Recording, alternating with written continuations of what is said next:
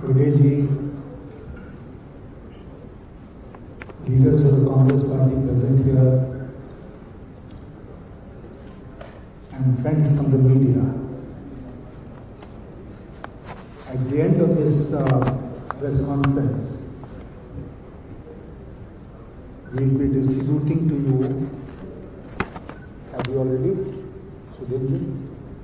We have. We have already distributed a written statement on my behalf. But there are one or two points which I'd like to emphasize in this press conference. The first is, you are aware that 2 days ago, the Supreme Court of India came out with certain observations against a former BJP spokesperson.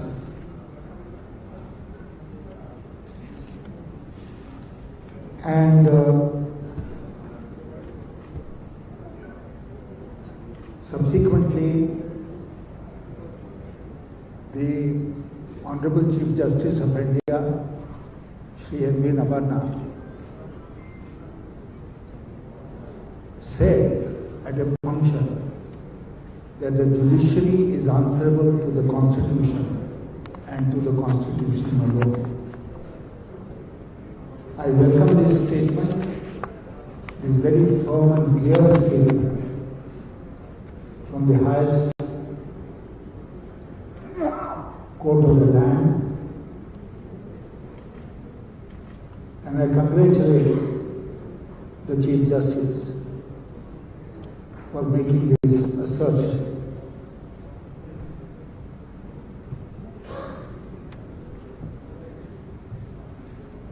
Because the responsibility for protecting the Constitution and its values has been put, as we are aware, ultimately on the judiciary. But unfortunately, after the Supreme Court made certain observations against the former spokesperson of the Bharatiya Janata Party, you are aware and I am aware that in the social media,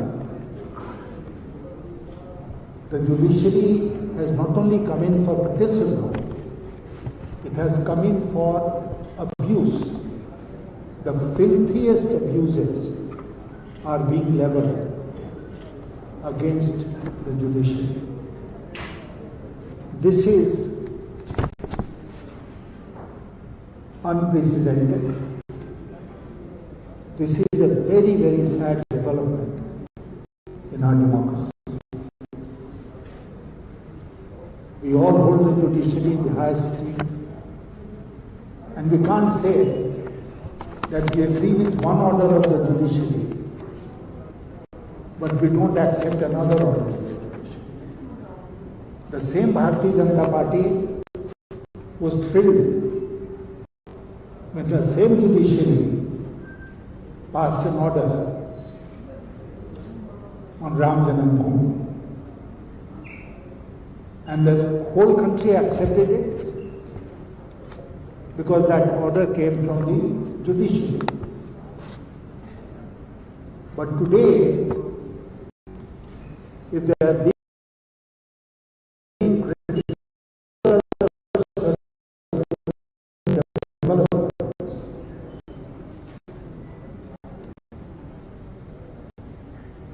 these people are going against the judiciary. That is a very, as I said, unwelcome, dangerous development in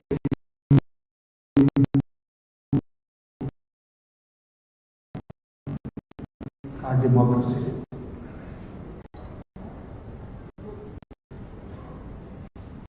We are aware of the fact that the government is misusing the agencies of the government like Enforcement Directorate, CBI, Income Tax, etc., to fix political opponents. Never before, and as you're aware, I've also held some very important posts in government. Never before did it cross our mind ever that the agencies of the government can be used and should be used against political opponents. But that's become the common practice now. Anyone from the opposition parties who tries to raise his head, tries to raise issues, is immediately issued a notice by one of these agencies. Respectable leaders are being made to appear before the ED, not because the ED has relevant questions to ask, but because the government wants to insult.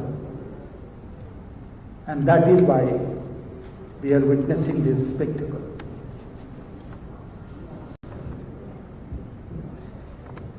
What has happened in Maharashtra, what happened earlier here,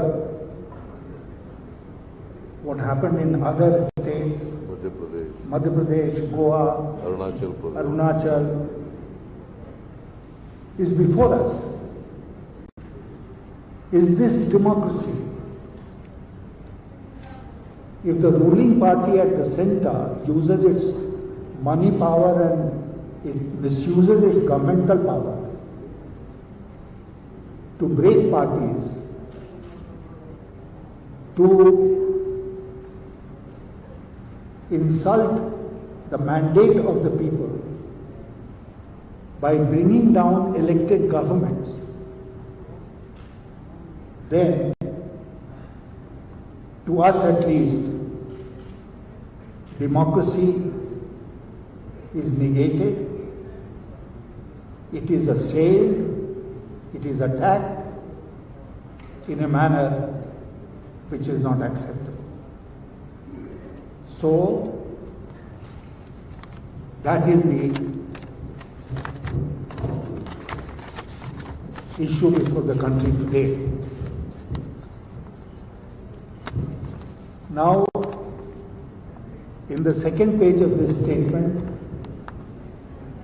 you would see that I am making some pledges, some affirmations as a candidate in this election. And with your permission, I would like to read it out, because I feel that these are very important pledges. I am saying, I hereby pledge that if elected, I shall be answerable to the Constitution and to the Constitution alone. I shall exercise my authority conscientiously, without fear or favor, whenever the executive or other institutions break the constitutional checks and balances. I am requesting the candidate of the ruling party to make a similar pledge. I hereby affirm that India needs a Rashtrapati who serves as the impartial custodian of the Constitution and not a silent or a rubber stamp Rashtrapati. I am asking the candidate of the ruling party at the center to please make a similar affirmation. I shall have no hesitation to restrain the central government if it in any way aids and abets outrageously undemocratic practices like Operation Kamal, which was used to de-stabilize opposition-ruled governments in Karnataka, Madhya Pradesh, Goa, Maharashtra, and several other states.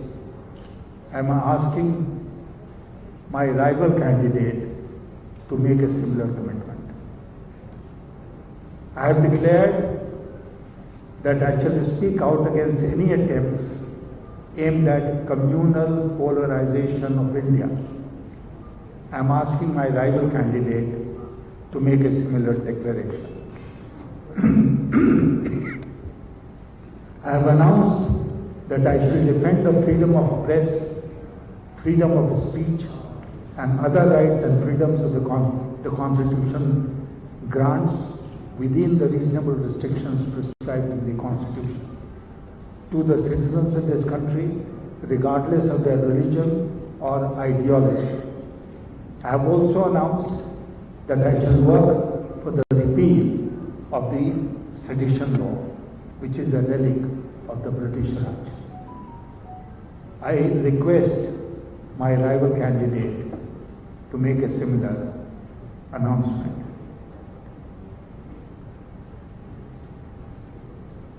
Friends, I have been out now for 5 days in my campaign. Today I am in the beautiful state of Karnataka, and this campaign will continue. I propose to visit as many state capitals as possible and meet with legislators and other friends, also the media, to request them for their support. I thank you very much.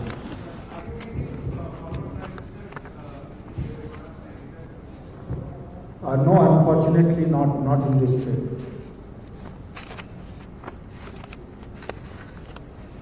Okay. Thank you. Thank you.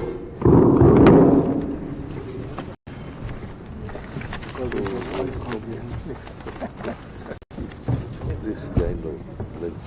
Thank you. ಅಲ್ಲೇ ಪಕ್ಕದಲ್ಲಿ ಇಲ್ಲಿಲ್ಲ ಪಕ್ಕದಲ್ಲಿ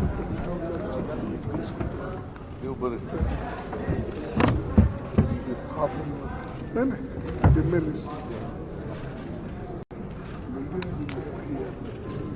lunch is arranged in the neighboring.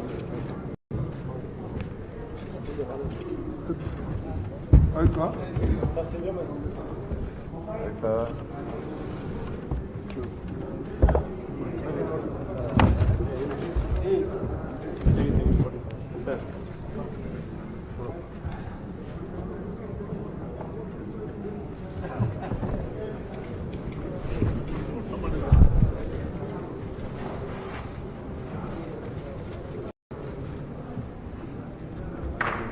Thank you.